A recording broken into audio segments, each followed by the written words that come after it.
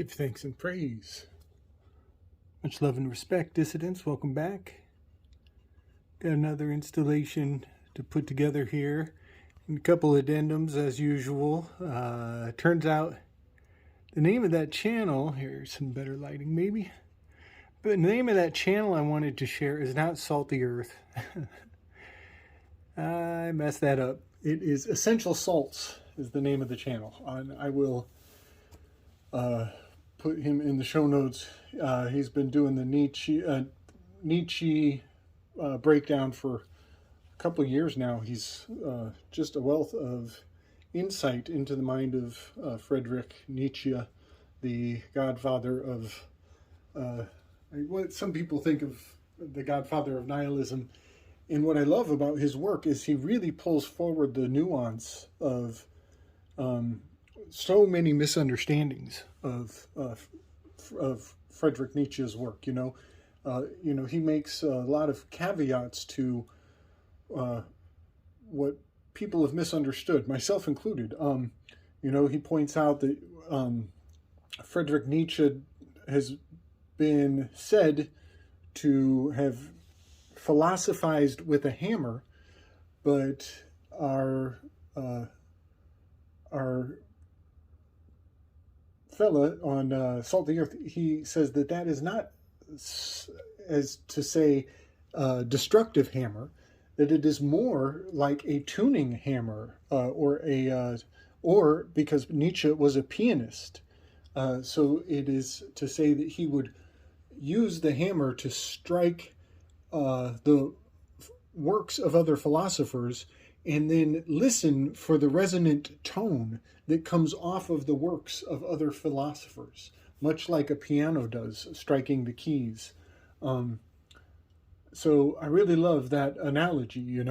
He puts things in a very worthwhile light. So I just needed to correct my error, per usual, always fucking up one way or another.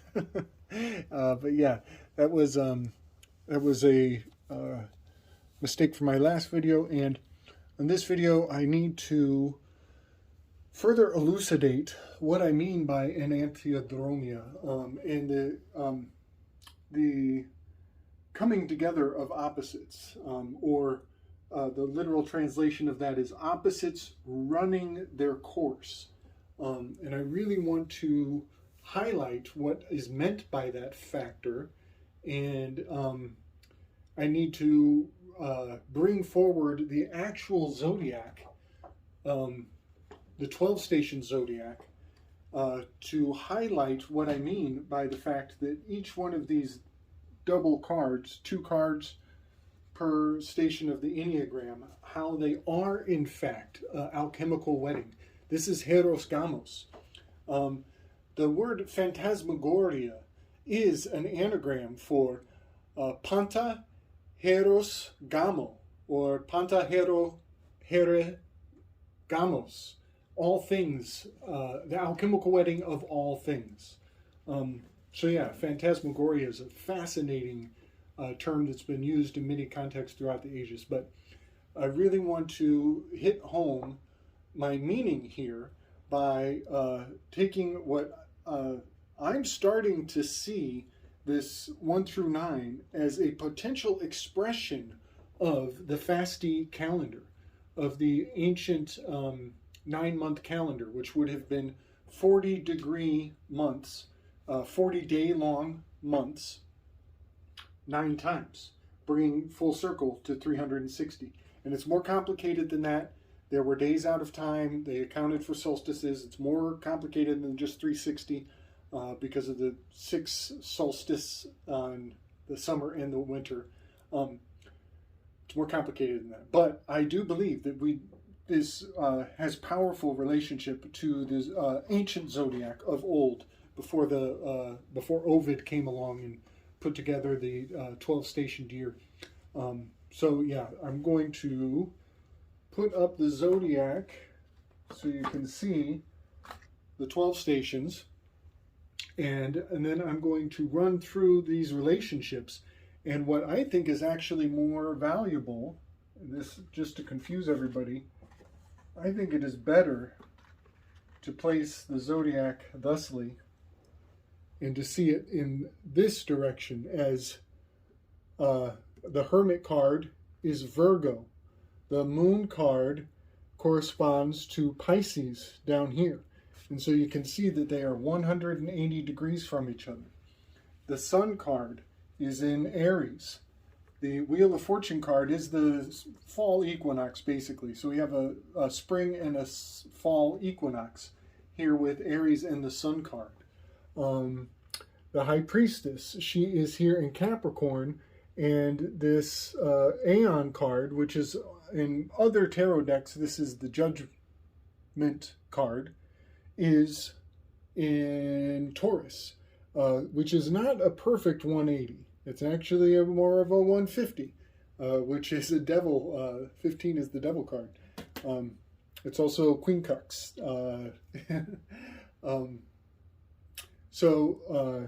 Moving forward with the Empress and the Hanged Man card, this is another strange one.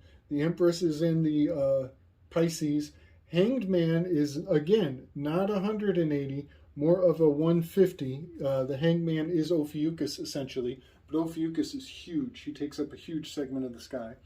Now, rolling forward with the Emperor is here in Aries, and the Death card is down in Scorpio. So you can see that we're doing a lot of opposites.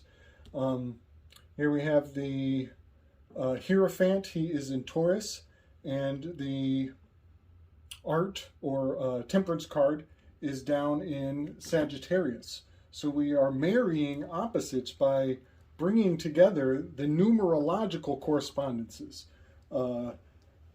Lover's card is in, let me see, there. Lover's card is in Gemini, and the Devil card is down in Capricorn. So we have, again, across the zodiac. Chariot card is in Cancer. My Tower card is in Aquarius down here. And this is a good one. The Leo is the Lion here, and exactly opposite of Leo is Aquarius, which is the Star card. So you can see that these pairing these together, matching their numbers to one another, is an alchemical wedding in Antheodromia, allowing the opposites to run their course, bringing them together, which is, again, as I said before, that is the very nature of the Enneagram. Each personality in their station has a vice and a virtue, an ascended and descended aspect to their persona. So I've related this to Plato's cave, and each number you could think of as the person tied down in the cave, and the shadow or their vice is like the shadows being cast onto the wall. So I just wanted to kind of substantiate that claim that by pairing these numerologically to each other, as 19 is a 1, 10 is a 1, 2, 20, 3, 12, 4, 13, 5, 14, 6, 15, 7, 16, 8, 17. Technically, like I said in my last video, I'm going against Crowley's number system here, because he messed with the adjustment card, but I'm bringing it back to righteous, because the shadow of the 8 is lust. 8 is a challenger with a shadow of lust, or shadow of control. So I just wanted to make that caveat that I am aware that the numbers are off. I'm bringing it back to righteous in my own way. Now, I promised in my last clip that I would bring forward the eulogy aspect of these cards. I believe that there are actual historical personas fully alive and well, or preserved, imbued into the spirit of these cards, as they relate to the Enneagram, as they relate to these spirits, these vices and these virtues, and these personas that I'm going to roll through here, I want to express that I believe that they are an epitome of an example of that personality type. So that is really why I believe that through the lens of Frederick Nietzsche's work, you can look at the Thoth deck and his analysis of these philosophers throughout the ages and the echoes of those philosophers going forward through time. And you can actually see that they're quite immortalized, or their spirit is imbued into the cards. And so I will be bringing a lot of graphics forward to prove these words out in so many ways. So I'm going to start with the Empress card. The Empress card, this particular Empress card, is very unique from other tarot decks, as she has a veil. She's veiled. She has a very unique silhouette that is billowing down off of her crown. And I believe that this is not only Cassiopeia in the constellations, which the Empress card is always embodying Cassiopeia. I see this very correspondent to Machiavelli. And what is pretty trippy is there is a bit of an anagram that can be woven out of Euhemeristic, that's almost Machiavelli, almost. But the reason I say that this is a Machiavellian correspondent archetype is because number 3 is an achiever with a shadow of deceit.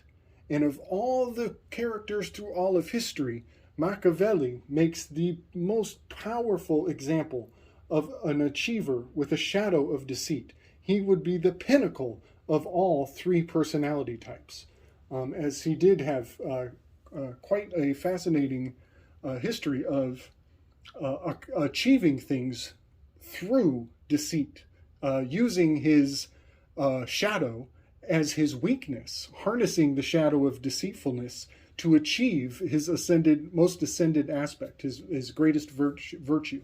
And in fact, Machiavelli has a quote that is something along the lines of, the greatest joy is deceiving the deceiver. And man, oh man, if he doesn't trump all the other possible candidates for the most glorious embodiment of this number 3 personality type. Also, he was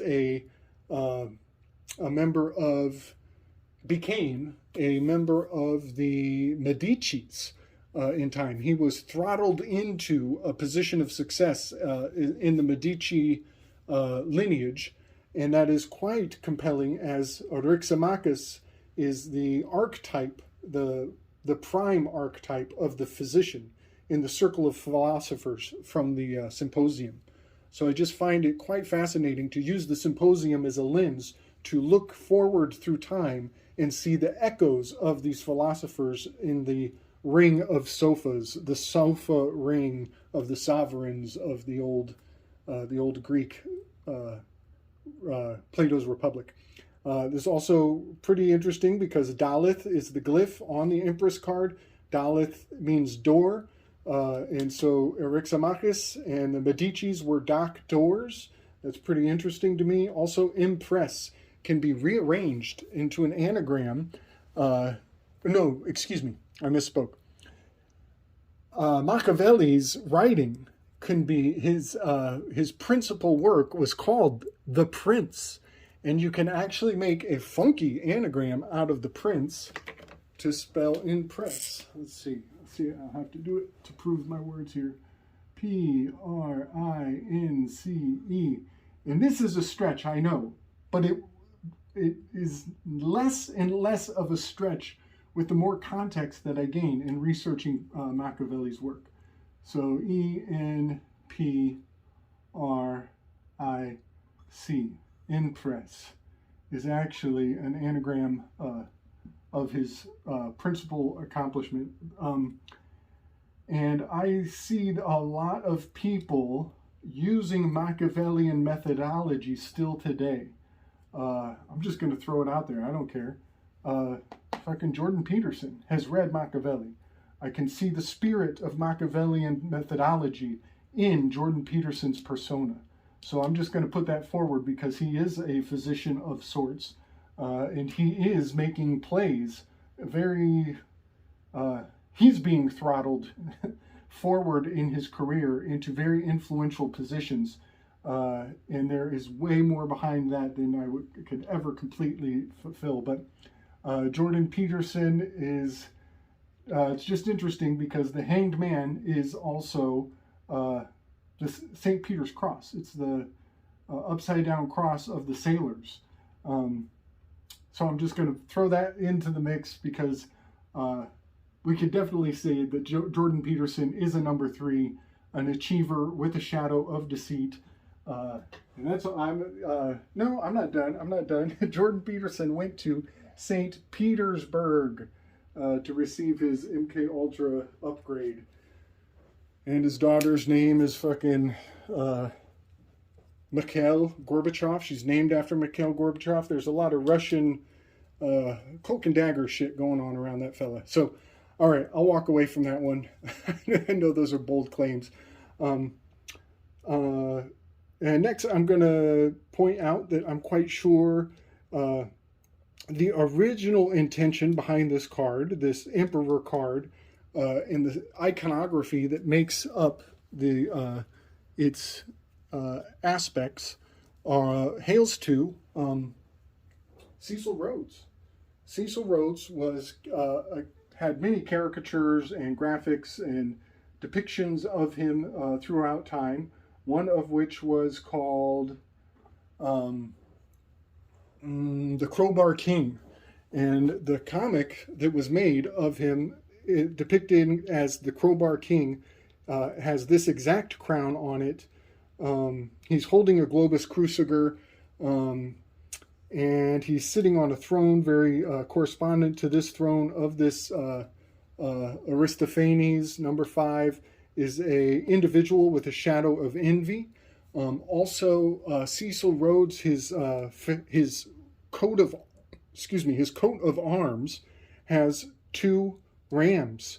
They're actually ibex, but they're basically 2 rams on either side of the coat of arms.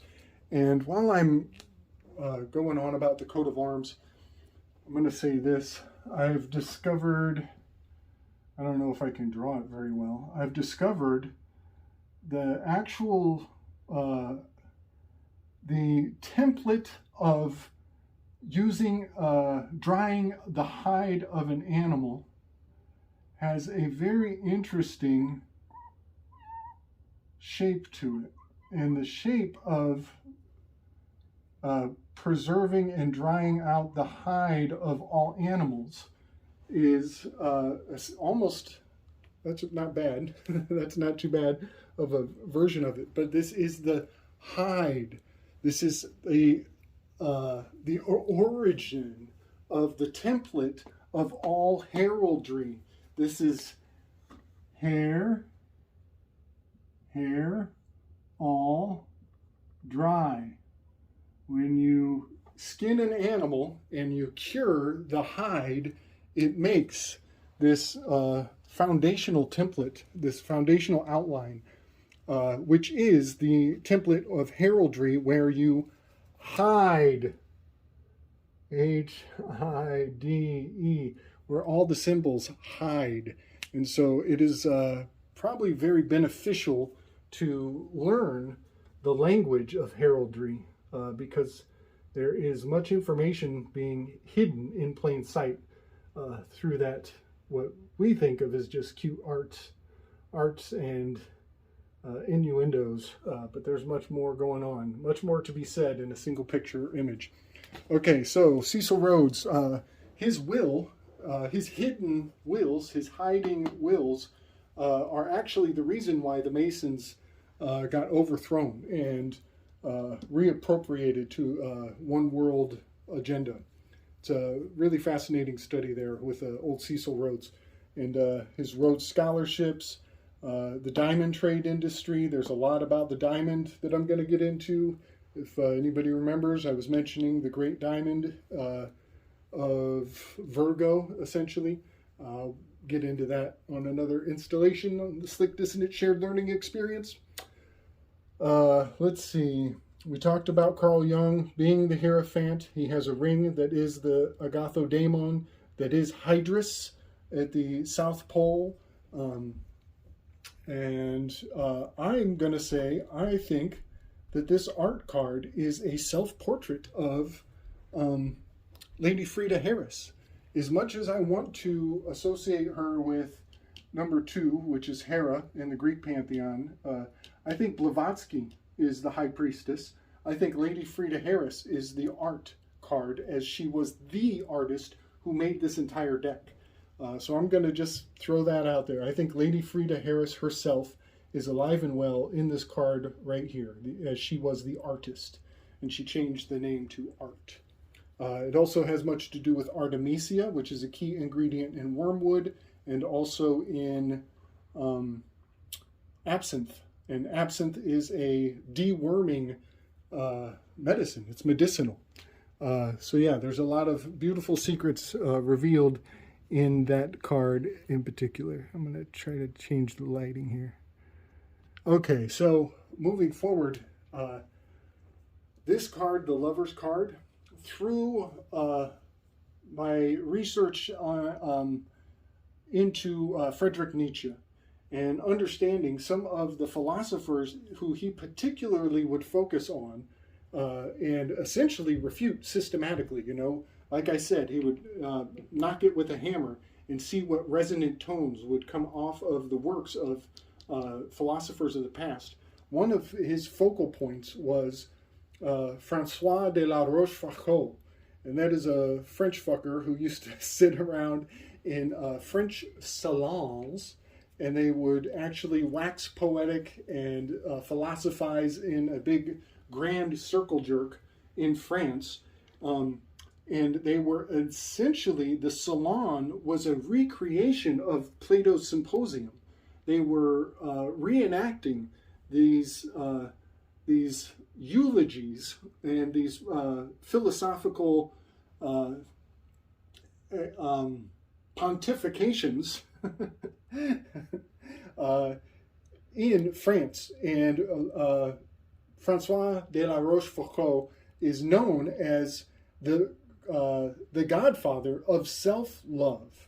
He is also the founding figure of all psychology. He is the granddaddy of all psychology. So again, much like I did with old Machavelli and the veil of the Empress being the grandmama of deceit and achievement, I think de La Rochefoucauld is the epitome, the pinnacle of all loyalists, with a shadow of fear. And he is a very bad role model for love. I will say that. And I think that's kind of part of the intent of this deck. I think a lot of these examples, these epitomes of these personas, are not somebody I personally would choose to model or role model. But they are fascinating to study, because it gives us a glimpse into the psychology of the elites and the type of education that they are probably receiving at a very high level. So François de La Rochefoucauld, I will explain why I believe that. If you look at his family crest, the Rochefoucauld family crest, it is this basically, I would call it a Dalmatian print. You know, it's a white hair with black dots. This Dalmatian print, it is intrinsic to their heraldry through many generations. I actually checked out quite a few of their family crests, much like I did with Cecil Rhodes here. And their family crest has this white with black dots. And in fact, La Rochefoucauld, in his self-portrait, he is wearing the exact same skin print. So I'm quite convinced that he is the epitome of a bad example of love, as he is the godfather of self-love. He has a famous quote where when somebody says thank you, his response is, "It was my pleasure." And that is his way of stealing the louche back from the person trying to thank him. I'm not saying that saying my pleasure, it was my pleasure, is a bad thing. I'm saying that that originates from his philosophy.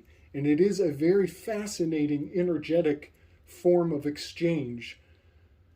And many people use it as a call sign or a hail back to De La Rochefoucauld's philosophy, which was all about self-love. And I will put that in the show notes, particularly Nietzsche's insight into the mind and the mental hall of mirrors that is De La Rochefoucauld. There's even some art that's been done in honor of him, and it has everything to do with standing between two mirrors. And it's highly masturbatorial, actually. Everything about the self-love and the De La Rochefoucauld is deeply masturbatorial, and it's depicted in the art in a most profound way. It's really something to contemplate and consider. Very devilish, I would say. So yeah, I'll bring some of those graphics forward. And then I want to say, before I get to my favorite, this discovery came to me today, again, from inspired by looking into essential salts in his work. I had a profound discovery on this adjustment card. I'm really excited about it, but I need to put this forward first. Lust in the star, the lust star. The luster is a form of grading and testing the value of precious stones. And going forward, I'm going to really be harping on the lust star. This is an 8, this is an 8, this is an 88. There is a lot of magic here in understanding the Mohs scale of testing the quality of precious stones. And one of the many virtues of a precious stone is its luster. And so that is going to be a keystone for me as I'm about to really drill in on the very true nature of the star, the great star, and its deep revelations in my project with the Pandemonium, the House of All Demons, as I do believe that is between the star constellation, the Great Diamond, and the Boötes, the Great Void in the heavens. I believe that that is the gateway that Satan came through to the Garden of Eden. I think he is, in the story, they are literally walking through the sky clock, and they are in the Great Void, walking through a doorway that has the luster of adamantium. And adamantium really translates to diamond-like. So this is the gateway of the diamond, ND, diamond, and it is the gateway to the damned, ED. This is going to be where I take my project next. We are going to look at the diamond in a most profound way. Pretty excited to get going on that one. And it's called the, let's just say this, G-D. It's called the G-D, the Great Diamond. It's the acronym for that Great Diamond. Pretty far out stuff going on around that one. And it has much to do with Cecil Rhodes. Again, the precious stones and the diamond trade industry, blood diamonds, all of the diabolical karma that is packed into the very nature of this particular character. But now I want to discuss Jacques Rousseau. Jacques Rousseau was labeled by Nietzsche as the moral tarantula. The moral tarantula. Nietzsche used that term actually fairly broadly. I think he had three characters, Hobbes, John Locke, and Jacques Rousseau, were all accused by Nietzsche of being moral tarantulas. And that just hit a chord for me so heavily because Jacques Rousseau was an anti-philosopher. He actually, he's labeled as a philosopher, but he is also quoted as saying that all of the philosophers got it wrong, that they spent all this time circle jerking just to self-justify their own dominance over the masses around them. And he is really a fascinating philosopher. Well, see, there I am falling into the claim. He's a fascinating mind, worthy of investigation and researching. But what is getting me is I am blown away because when I look at the close-up image of a tarantula, I see all the features of this exact tarot card. This is the spider. This is the spider. This is the spider in the spider's web. And there's so much more to these words. There's so much more to these words. But I believe that the claim or the sign outside of Bohemian Grove, weaving spiders,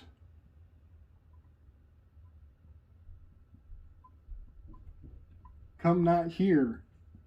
I believe that they are talking about moralists, people who would accuse all philosophers of self-aggrandizing just to as a means to an end, and being dishonest completely. A whole lineage of great minds being completely dishonest for the sake of their own one-upmanship, essentially. So I'll bring forward some graphics, and maybe it will blow your mind as much as it blew my mind. The label for Jacques Rousseau that Nietzsche used was the moral tarantula. And so I'm looking at this adjustment card, and I see the eyes of the tarantula looking right at me. It even has the balance of the scales is the bridge of the lip of the spider. It is so profound. I am still reeling at the significance of that. One more thing, Jacques Rousseau, in some of his correspondences through history, he actually said, I'm paraphrasing here, but he says, if these guys fuck with me anymore, then I'm going to take off my sheep's clothing and I'm going to let the wolf come out. And he calls it a lupus. He uses the Latin term for a wolf. Well, that hits a chord because in Libra is where lupus constellation exists. So he called himself a wolf, said that if they piss me off, I'm going to let the wolf come out. And the wolf is in Libra. So it is very, very appropriate for Jacques Rousseau to be the embodiment, to be eulogized for eternity. His entire spirit is very justly encapsulated and immortalized by this card in particular. And now, I will also say the Lamed horsewhip, which is the glyph that is on this card, there is more to. Big love, everybody. Take two here, a little technical difficulty. So I want to close off talking about the idea that the original symposium was a series of philosophers practicing one-upmanship in the art of eulogizing and outdoing their predecessor, he who came before, taking what they put forward and proffered and benefiting from it and using it as a stepping stone to build their philosophy and their argument as these eulogies rolled forward. And I want to maybe use the enantiodromia of our idea of the word eulogy and the idea of a eulogy as they were using it and meet them in the middle. And I want to proffer myself that I think the artist who made this deck was eulogizing the makers of culture. She was putting the cult back into the culture. And so we could say that this deck, which she herself said was not meant for divination, that it was for educational purposes, that would be unpacked over the course of the next century. She was born in 1877. Star Wars came out in 1977. And I would surmise to say that we have quite unpacked a lot of the intention of what she has done with this art by immortalizing the greats of the great work. You could think of this as a bit of a grand obituary, keeping the memory of a great arc of thought and influence and manipulation, for that matter, quite alive and quite significant, as this entire system has been packaged, repackaged, washed, rinsed, repeated over and over throughout time. And I think it is valuable to have affluence over the true meaning that was baked into the original intention of this Thoth deck, as it were.